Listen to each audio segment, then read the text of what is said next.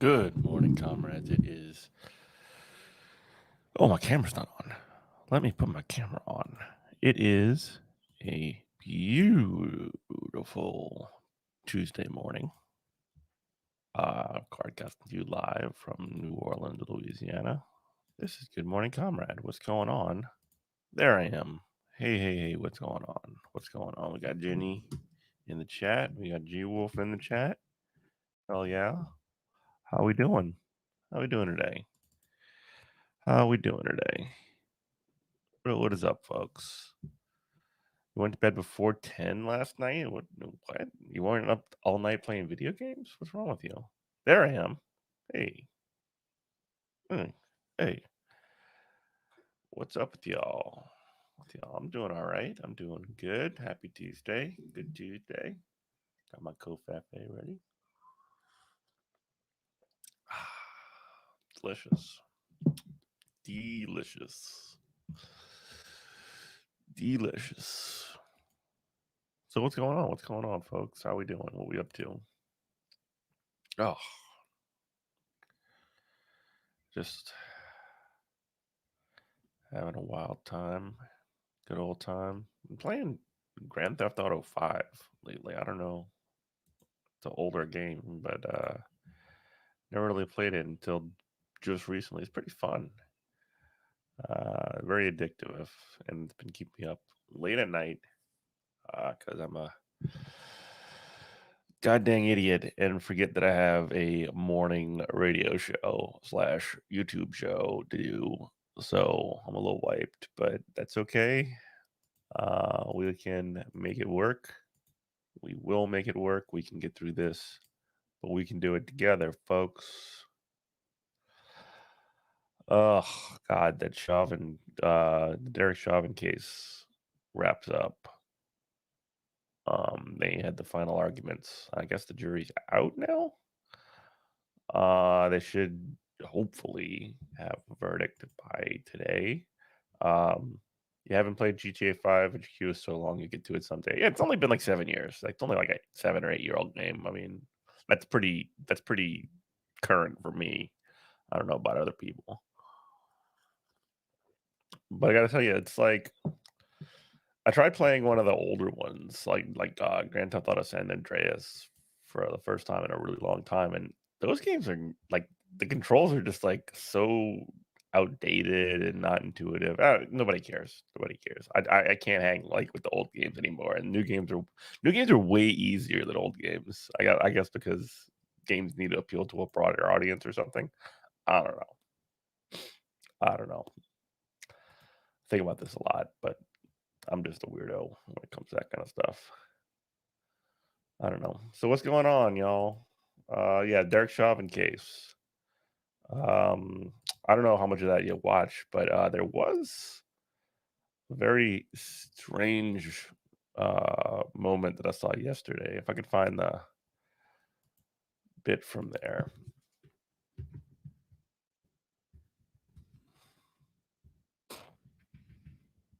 The closing arguments from the defense were something along the lines of, "Oh yeah, in order to have a conviction, you need to have." It's like making chocolate chip cookies. You need to have all the ingredients for chocolate chip cookies, and if you don't, you can't have chocolate chip cookies. And basically, like completely trivializing everything. Let me see if I can find that.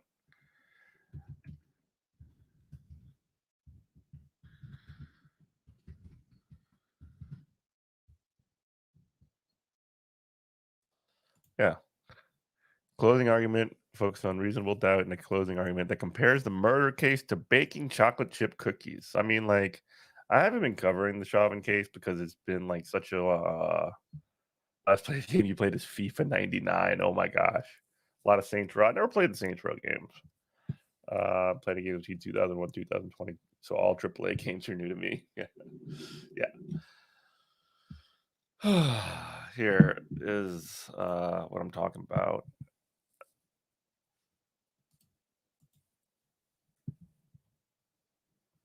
The defense attorney for fired Minneapolis police officer Derek Chauvin on Monday urged jurors to focus on any reasonable doubt and inconsistencies between prosecution's witness testimony in the murder case. In closing argument, Eric Nelson asked jurors to consider the circumstances Chauvin had to assess, blah, blah, blah, blah, blah. Yeah, they're trying to blame, they're trying to say that, the fact that he was on some kind of drugs and he had some kind of a heart condition, Floyd, is the reason that he died, and not because this motherfucker was like kneeling on his neck for 9 minutes until he died. But yeah, here's the weird quote that I was talking about. The criminal case is kind of like baking chocolate chip cookies, Nelson said. You have to have all the necessary ingredients. You've got to have flour and sugar and butter and chocolate chips and whatever else goes into chocolate chip cookies. If you have all those ingredients, you make chocolate chip cookies. If you're missing any single ingredient, you can't make chocolate chip cookies.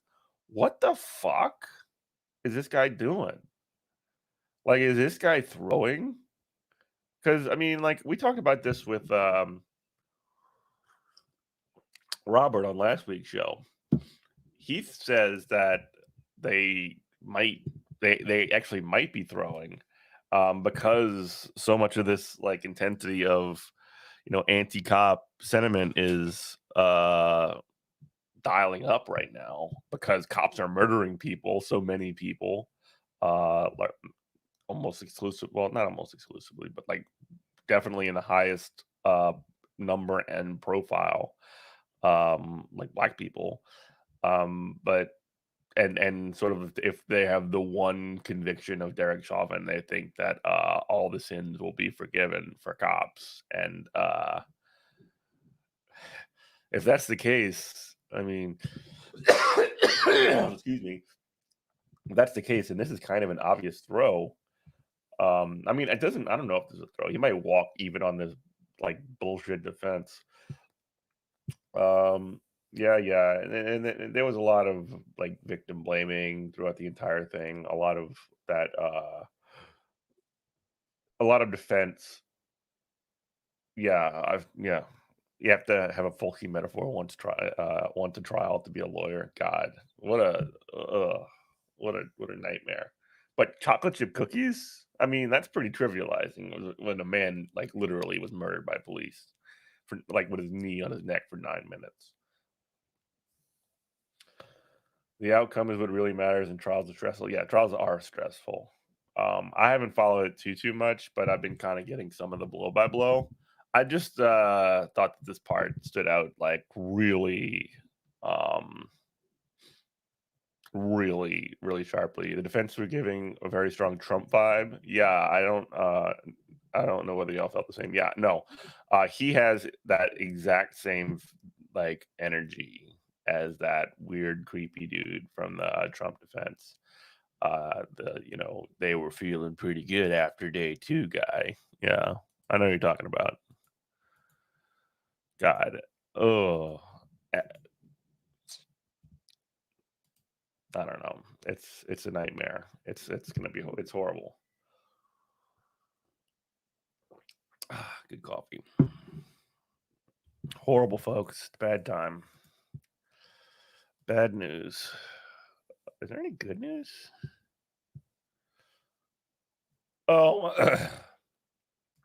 God, and they're also this is crazy too. And yeah, sorry to keep like I mean it's a big deal right now.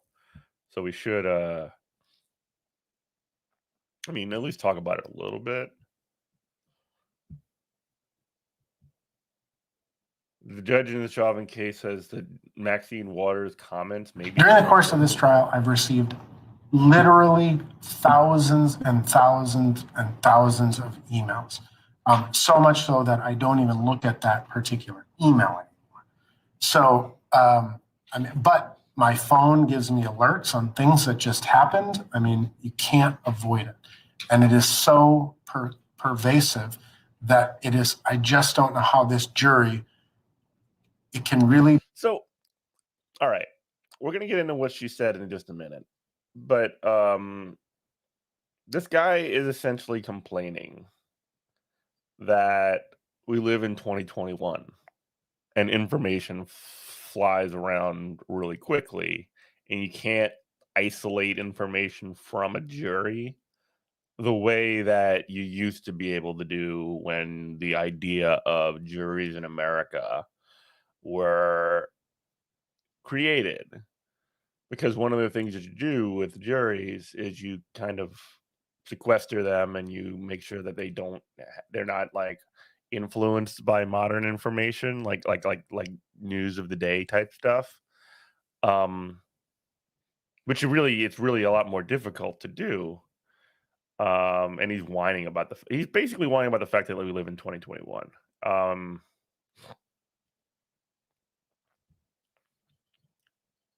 Be said to be that they are free from the taint of this. And now that we have U.S. representatives threatening acts of violence in relation to this specific case, it's mind-boggling to me, Judge. Well, I'll give you that Congresswoman Waters may have given you something on appeal that may result in this whole trial being overturned. But what's the state's position? The state's position, first and foremost, and this is a concern I raised at the beginning of the proceedings, well into jury selection, is that we can't allow statements like this, vague statements, to be considered a part of the record on appeal. If there's a specific statement that a specific U.S. representative made, then there needs to be some sort of formal offer of proof with the exact quotes of the exact statement or some kind of a declaration. And I'm sure Mr. Nelson can do that if he thinks that that's something that's appropriate. I don't know that this particular representative made a specified threat of violence. I don't know what. Yeah, news is invasive now. Remember that time that they just sent a U2 album to everybody's freaking smartphone with nobody's permission? The context of the statement is. I also don't know what television shows Mr. Nelson is referring to in terms of any of this. And so I just don't think that we can muddy the record with vague allegations as to things that have happened without very specific evidence that's being offered before the court. As a practical matter, through the jury selection process, the court has provided instructions, has determined whether or not there are any outside influences. The law presumes that the jury follows the judge's instructions, and the court has instructed the jury today that they're not to let any outside influences or public opinion sway their deliberation. And the law presumes that they would be capable of doing it. And so without any sort of specific offer of proof or information in the record, we've got to stay on the street and demand justice, she said to reporters. We're looking for a guilty verdict, and we're looking to see if all the talk that took place and has been taking place after they saw what happened to George Floyd, if nothing does not happen, then we know we got to not only stay in the street, but we've got to fight for justice. That's like basically saying, hey, maybe we should have a protest if if he's not found guilty, is like a very, very basic, mild statement. Like, if you ask me, it's a very appropriate for a U.S. person, a U.S. rep to say, sorry, defense, if you can't get that through. The reason that it's such a high profile case is because of the nature of the police. It can't be fair because I really don't like her. Exactly. Without any specific evidence. Also, it's killing my case. Come on. Particular jury was influenced in any particular way. I believe that the defendant's motion should be denied. Your Honor, I make my comments, in the context of this is all such an evolving situation. Obviously, I spend my weekend preparing for closing remarks, and I certainly can supplement the record with news articles. I can supplement the record with the storylines of the particular shows that were brought to my attention. So there's just gonna put a bunch of TV shows on a list, and that's his evidence. Nice. I love it. making it to note the record at this particular point. This just putting a bunch of cable news shows' name on an official court document is an awesome idea. And I can certainly supplement them. Put Good Morning Comrade on there. I mean, like, hopefully I'm influencing the jury, and hopefully I'm influencing them to get a guilty verdict on this motherfucker. Yeah, you can supplement the record with whatever media reports. I'm aware of the media reports. I'm aware that Congresswoman Waters was talking specifically about this trial and about the unacceptability of anything less than a murder conviction, and talk about being confrontational. But you can submit the press articles about that. This goes back to what I've been saying from the beginning. I wish elected officials would stop talking about this case, especially in a manner that is disrespectful to the rule of law and to the judicial branch and our function. God, this judge. I think if they want to give their opinions, they should do so in a respectful and in a manner that is consistent with their oath to the Constitution, to respect the co-equal branch of government. Their failure to do so, I think, is commenting on a pending legal case by a California senator or California representative is actually like an attack on the judicial system. What the hell? Warrant, but I don't think it has prejudiced us with additional material that would prejudice this jury. They have been told not to watch the news. I trust they are following those instructions, and that there is not in any way a prejudice to the defendant beyond the articles that we're talking specifically about the facts of this case. A congresswoman's opinion really doesn't matter a whole lot. Wow. So that's wild. I saw this pop up. Well, you know what? I want to do good news first, and then I'll do like somewhat scary news. So in good news, folks, brace yourself. I know people don't want to hear it. People aren't going to want to. The only time I hear about Waters is when my dad complains about her because OAN told him to. Yeah, that's true. They really do love to get ticked off about her, about like whatever she says, and like she's like fine for a U.S. representative, I guess. Definitely better than my rep. I mean, my guy Steve Scalise, he's like literally like calls himself David Duke without the baggage. So there you go. More Republicans know who she is than Democrats. Same for, I mean, that's a lot of the case. Most people know who their own representative is. But then like, yeah, the right wing knows like who the bad guys are, who their enemies are, like AOC and Ilhan Omar and Rashid Tlaib. They're much more like prominent like on right wing news because they're always being attacked. This segment shows who did this judge has, well, I don't know. A lot of times judges don't vote in the U.S. They like choose to. They have a right to, but they choose not to. I have no idea, but that was a really like. It was almost like a weird like a nerd thing. Like oh man, this is like he's almost like a like an idealist. Like oh geez, you're invading on the rights of the judicial branch of government. Like what a loser. I don't know. Your dad doesn't know who his own rep is. Yeah, that's fine. I mean, that's just normal.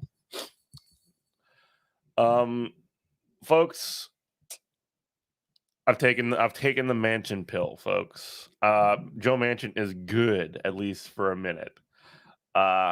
Largely because as of yesterday, we've been talking about the PRO Act quite a bit on this show. The PRO Act is one of the most transformative pieces of legislation, and it will transform labor law in the United States to levels that we haven't seen probably in 80 years. You can go back and check any of our shows on the PRO Act. We have done many. We've done ones on how it would help freelancers. We've done ones that would help on ones from the perspective. We had Ryan Kickeris on the show from the Painters and Allied Trades Union, and we, especially in some certain DSA circles, which I don't remember that organization, have been pushing to get the Democratic senators, at least to start, to support the PRO Act. And ladies and gentlemen, we got him. At least Joe Manchin, we got him. He signed on to co-sponsor the PRO Act as of yesterday, leaving only 3 senators left to support the PRO Act. Those senators are the 2 from Arizona, Mark Kelly and Kirsten Uwu Sinema, and also Mark Warner. So 2 guys named Mark. What's up with guys named Mark? And what's up with senators from Arizona? But yeah, here's Joe Manchin. I'm pleased to announce that I am co-sponsoring the PRO Act. 50% of unions fell in their first year of organizing. This legislation will level the playing field. I look forward to working with my colleagues on both sides of the aisle to move this bill through a legislative process. I'm pleased to announce that I am co-sponsoring the PRO Act. 50% of unions fell in their first year of organizing. This legislation will level the playing field. I look forward to working with my colleagues on both sides of the aisle to move this bill through a legislative process. He had to throw in his typical both sides of the aisle crap. The truth is, the way that the Biden administration has been pushing the PRO Act has actually been kind of smart. I believe we reported it on this show when we talked about the infrastructure bill. Yeah, I'm almost 100% sure. That when the Biden administration rolled out their big infrastructure plan, which they plan to put through budget reconciliation, by the way, they included the PRO Act. So one of the good things that was a really good move, because if they do go through the process of budget reconciliation, which might be necessary to get the PRO Act, to get the infrastructure plan implemented at all, which means they only need 50 votes in the Senate. I'm talking about boring Senate procedure again. I'll shut up, Jeff. But anyway, they would only need 50 votes from 50 senators to support the PRO Act. Or to support the infrastructure plan, which would include the PRO Act potentially. And I mean, there's a lot of steps between here and there, but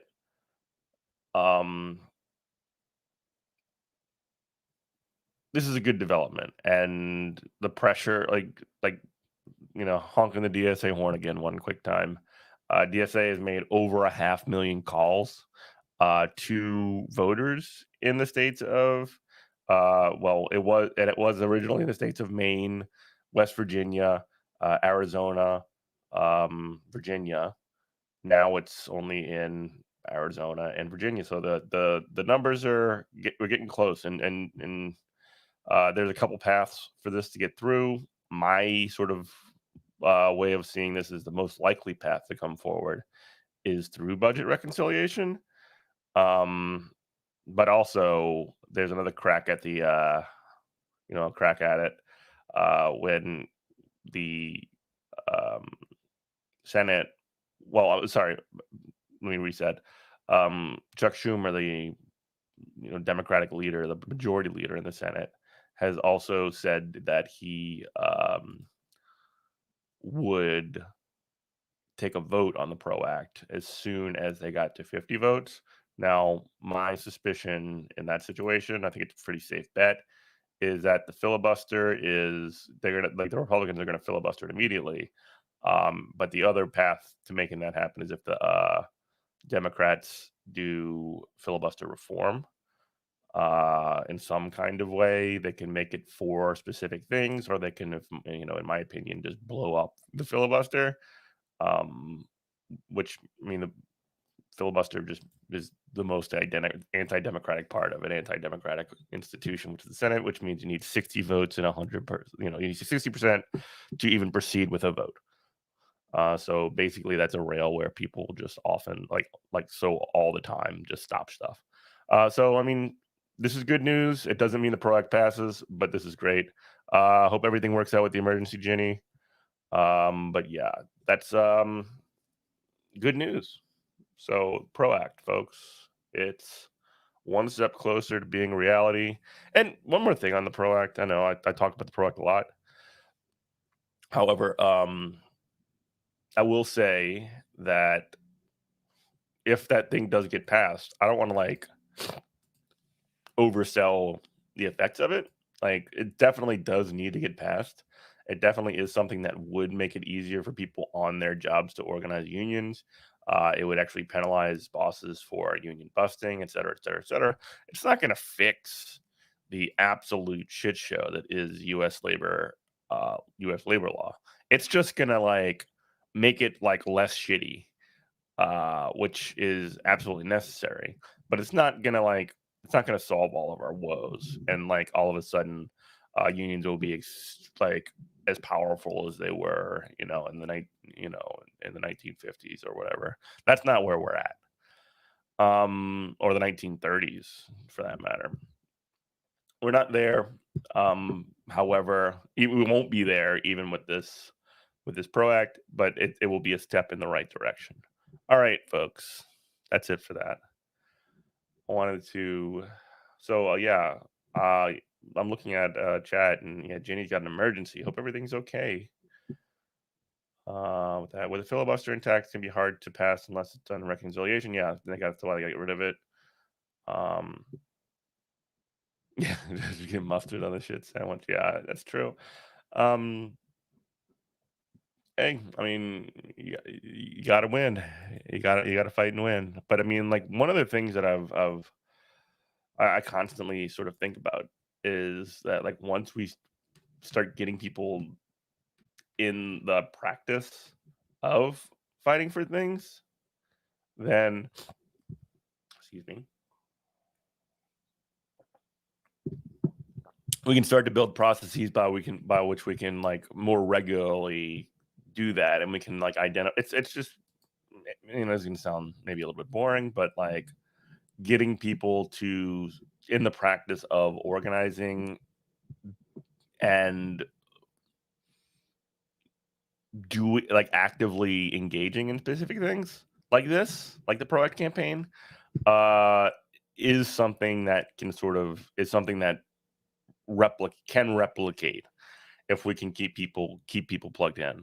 So like, you worked on the PROACT campaign, you take that information to the next campaign that you work with, you bring people in, and just get bigger and stronger. I mean, that's one of the things that happened from the Bernie campaign. More people have been plugged in and pushed into things like DSA, and into various other kind of organizational work. I mentioned DSA so much only because that's part of what I'm involved in primarily, but it's obviously there are others. But yeah, it's good news. Excuse me, I don't got allergies today. All right, folks. Here was something that I saw that showed up on the old timeline that was a little bit alarming. This is a guy from who was with the Oath Keepers talking on 60 Minutes, and what he had to say was a little bit terrifying. I'm not gonna lie; these people are pretty terrifying. Our guys are very experienced. We have active duty law enforcement in. And just the Oath Keepers, really quickly. The Oath Keepers are like one of these militia organizations, right? They are. Let me actually pull it out. They are like a paramilitary organization that. Hold on. Excuse me. Yeah.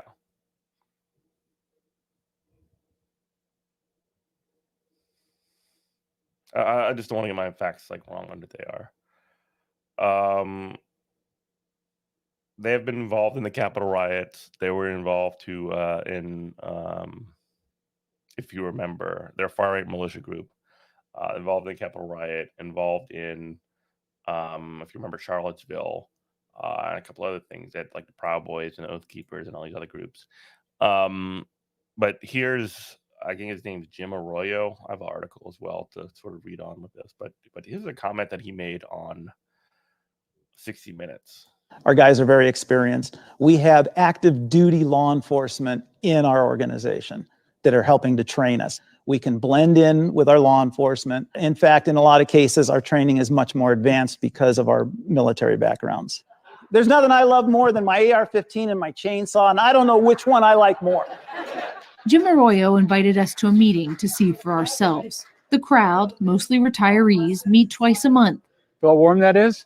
To talk about how to survive disasters like forest fires. These things are great. Attacks on the power grid, and civil war. So that's why we talk about civil unrest, civil war. It's not a joke. This can happen, and we need to be ready for it. Our guys are very experienced. So we have active duty law enforcement as part of this sort of like far-right militia movement that's literally talking about what their role is going to be in the inevitable civil war. That's fucking terrifying. These guys are like organized and prepared for that. Now, are they actually? I mean, I imagine that there are a certain amount of like cops that are oath keepers. That's like almost certainly true. However, like, are they actually prepared for what their role is going to be? And I would suggest that like that's what the cops are already there for, if you know what I mean. That's their whole point of them. So like, I don't want to like oversell the idea that that like, oh wow, you know, it's very shocking and alarming that these oath keepers are a part of the cops, but like, yeah, no shit, that's what the cops are, man. But yeah, he told 60 Minutes that he attempted to distance the larger paramilitary movement from members charged in connection with the U.S. Capitol insurrection. Quote, our guys are very blah, blah, blah. That's what he said. A dozen members of the Oath Keepers have been charged in connection with the January 6th attack on the Capitol, part of a broader effort by federal investigators to determine how the insurrection was organized. Prosecutors have alleged that some of the members of the paramilitary group may have plotted before the riot to attack the Capitol and stop the certification of the presidential election. So yeah, Arroyo, who was not at the Capitol during the riot, told 60 Minutes that the Arizona chapter has splintered from the organization. Oh my gosh, the rogue group has gone rogue. Part of a larger schism among far-right groups. You know, this is something that I'm hearing a lot, and this is something that also happened after Charlottesville. Hold on. After Charlottesville was that there was these far-right groups kind of split like every now and then, every so often, when they have these high-profile disasters. It's not something that's ever really permanent because every couple of years they're back. So that's worth knowing. They kind of ebb and flow.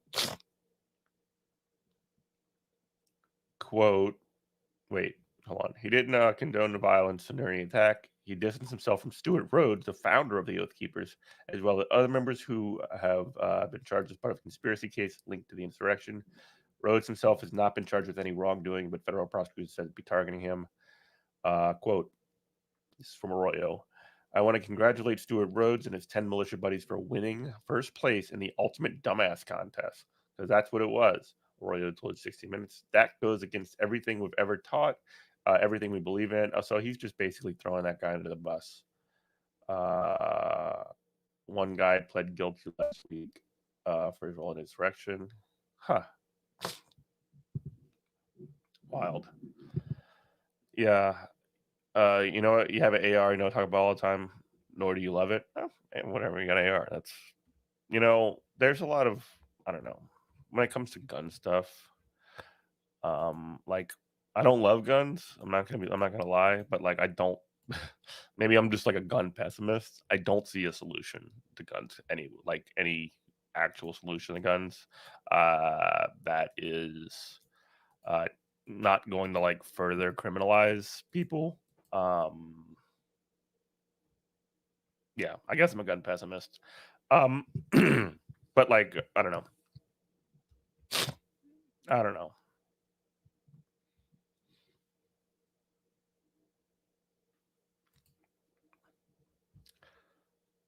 So we do have some more news. I got a lot of news today, folks. A lot of news today. Here's something fun.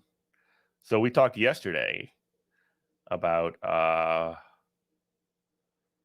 the much anticipated and with much fanfare launch of Mike Lindell's new website, new social media platform. Frankly, we looked into it a little bit yesterday, and there was apparently a very long live stream that I listened to a little bit of it, clips of it, as things went forward, and some jokester decided to. Well, he got a very special call. Let's just say that, and let's watch. MyPillow CEO Mike Lindell on Monday Oh, was come on. duped by This a one's the prank wrong video. caller pretending to be former President Trump while taking live calls during a telethon to raise money for his new social media site. Lindell was hosting. Oh, come on. Where's the video? Here it is. Come on, The Hill. You suck. Yeah. Well, thank you. Hey, hold on. I think I got a reporter beaming in. Scott, thank you for calling and God bless you. Goodbye. Hello? Hey, Mike, it's Ron with the Wall Street Journal. Yes, you're live. Is that okay? Oh, yeah, that's great. But, Mike, I have some bad news to tell you, I'm afraid, and I hope you can share this with everybody. But unfortunately, Alexa passed away just a few minutes ago from a drug overdose. Okay, this is a prank call. This is a prank phone call. You see what they're doing, everybody? You see what they're doing, everybody? That was an attack there because I brought up this great reporter, and that was an attack. You heard it here. The incredible thing about this, I think, at least at first blush, like watching this, because I listened to this, all these parts of it earlier. The way that he takes calls is literally having his phone on the desk. And I guess I don't know if he's got it connected Bluetooth to the whatever, like mixer or whatever. But like that's a really like interesting approach to taking calls. He's just got people like his phone out there, which is very funny. This is what these attack groups are doing. Prime example there. We took it live. Also, the other very funny thing is that, hey, we're here on our, social media platform to, own the libs or whatever. And as soon as he gets a prank call, he plays the victim. Oh, so that was a fake call. Jeez. That was a fake call from a fake Wall Street Journal reporter. Here's another part.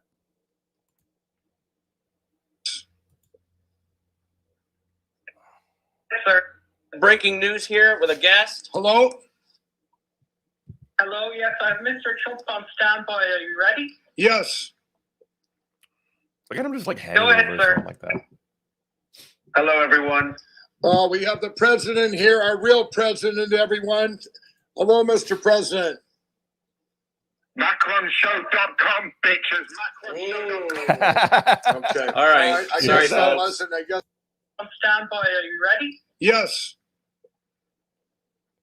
Go ahead, sir. Hello, everyone. We have the president here, our real president, everyone. Hello, Mr. President. MacronShow.com, bitches. Okay. All right. I Sorry, guess that folks. wasn't. I guess that was. You see what they're doing? They're attacking us. And this is what. That even came up. They're attacking into our phones. It came up that it was a legitimate number. Call. A legitimate. I know the numbers coming from. It's just so funny how he's definitely like doing doing an old man thing by like leaning like into his phone while he's on camera. Like nobody could even set up like a computer monitor off screen or off camera that he could look at. Like microshow.com or something like that is what he said. But like beyond that, the funniest thing to me is that whenever this kind of stuff happens, whenever there's like a prank call, like there were two prank calls, and like after both, the thing that he instantly goes to is like playing the victim, which is like classic like right wing move. Like, oh, look at that, they're trying to come on here and attack us. You know, they're trying to cancel us on our in our little like snowflake safe spot. You know, it's very funny to me.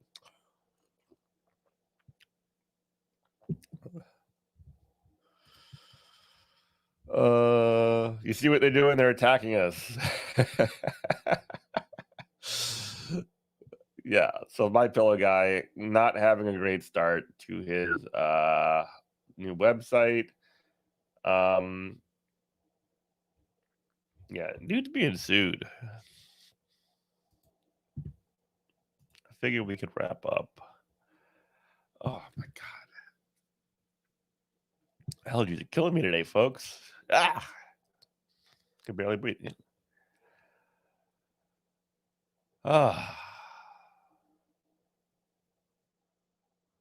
Leaked document shows Trumpian America First caucus too crazy for GOP. Let's Several MAGA Republicans in the House under fire and already backpedaling over this leaked document that sparked all kinds of accusations of racism, even from within their own party leadership. So this document, first obtained by Punchbowl News, describes... We talked about this already, but like Anglo-Saxon... Yeah, somebody hacked my phone by dialing the number. Plans for the creation of an America First caucus, which would protect, and I am quoting, Anglo-Saxon political traditions that strengthen America's culture, while warning that immigration puts America's unique identity at risk. This group initially was reported to have involved Congresswoman Marjorie Taylor Greene, who has been quite controversial for her past on-the-record embrace of all kinds of rhetoric and conspiracy theories. Under pressure, she apologized for some of them or walked them back, as well as including a notorious far-right Arizona Congressman Paul Gosar. There is an Islamic invasion into our government offices right now. Rid them of the scourge. An Islamic invasion into our government offices right now. Now, in all of Congress, there is something like 435 people. And I think less than 5 of the people in Congress are Muslim. So if that's Islamic invasion, like I can only think like Keith Ellison isn't in Congress anymore, is he? So like it would just be, you know, I'm sure I'm missing people, but 2 that come to mind immediately are Rashida Tlaib and I took my Zyrtec this morning. Rashida Tlaib and Ilhan Omar, but I know there are a few others. But I mean, I know it's less than like even 5%. So like the fact that this is something to be completely alarmed about is literal like crusades and holy war. It's not even. Here's Paul Gosar. These disgusting and depraved individuals. We know these men come from predominantly Pakistani, Bangladeshi, and Muslim backgrounds.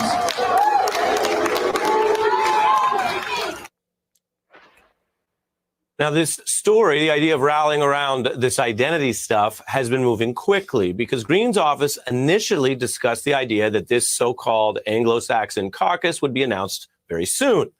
And Florida Congressman Matt Gaetz, who's been in the news for other reasons, publicly tweeted that he's proud to join this America First caucus, and mentioning he was already worried about or dealing with lies from the America Last crowd. But things are changing quickly. America First is perhaps rhetoric. It can mean different things to different people. But once the draft document was out, once the reference was to European identity, to Anglo-Saxon identity, to some sort of European white caucus organizing itself within the Republican Party in the House, well, that was too much even for the Republican Party in the House, which is really saying something. Republican leader Kevin McCarthy speaking out, talking about how what they need to be about is opportunity, not, you see this highlighted here, nativist dog whistles. That's your House Republican leader calling out his own out-of-control members. Now Greene has a new statement walking it all back, saying that the leaked document, which I just told you they were publicly talking about announcing, and it's going to be this great big America First party, now they're saying it was a staff level draft proposal from an outside group. She claims she hasn't read it, and she's out. Who's the other one? I know Rashida Tlaib, Ilhan Omar. Who's the other one? I know I'm gonna be kicking myself when I miss it when I say it. But this whole episode speaks to some deeper rifts within a Republican Party, as we've reported, increasingly struggles to do anything about the losses it was dealt, about any kind of political autopsy, let alone a greater ethical reckoning with the difference between policy positions, sure, debate immigration, and racism and white supremacy, which is a big problem in this country. I want to bring into the conversation now one of our experts. Juanita Tolliver is an MSNBC contributor. We've talked about many issues, Juanita. I'm curious we don't need to see this. But yeah, there's a white caucus in Congress now, folks. There is a America First Anglo-Saxon Andre Carson. I don't know who that is. I don't know who Andre Carson is. So there's 3 people who are Muslim in all of Congress, and that's an invasion. That's an invasion, folks. That's an invasion. The invasion is on, like literally using sort of cataclysmic language to, spark hate, fear, anger from positions of power. I mean, like, I don't want to like oversell the problem here, but this is something that does sort of kick off a certain amount of like, if you're coming from the position of Marjorie Taylor Greene, and which is a sort of right-wing celebrity with some legitimacy, I say that advisedly, but some legitimacy based off of her position in Congress. If she says that we're being invaded by Islamic whatever, then people are going to respond to her, and they're going to respond to that. And that's a problem, folks. That's all I'm going to say. It's a huge problem, and we should be very sort of like, I'm not saying that this should take up all of our attention. Far from it. But this is definitely something that is not it's not good, folks. Not good, and we should definitely have at least one eye on it as it kind of bubbles up, because this is, I mean, if that's not fascism, I don't know what is. Literally creating a political organization based around in groups and out groups, and using the rhetoric of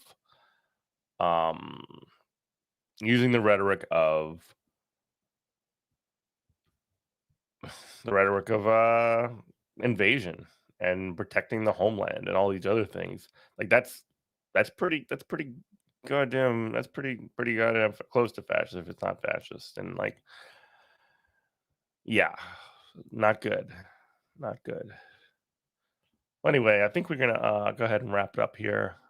It is been a pretty good show. I think we had a lot of really good info. I was wrong. He's from Indy. He took over LCC. Oh no, he's from Indianapolis. Cool. That's all. I mean, I don't know the guy. Hope he's got good politics. But yeah, that's Good Morning, Comrade for today. We'll be back tomorrow. We were live today. We usually not live on Tuesdays because of the we do our radio show, but here we are. We didn't do we ran a rerun today, so I figured I'd just pop on here and do a regular show. So there you go. Only suits leaving Obama born Muslim. Okay, so he converted. Andre Carson and converted. That's cool. That's good. All right, folks. Well, that's going to do it. Patreon.com/goodmorningcomrade, goodmorningcomrade.com. All the good stuff. That's how you can support the show. Like the stream, share the stream with your friends. Tell everybody about Good Morning Comrade. Thanks for watching. Bye.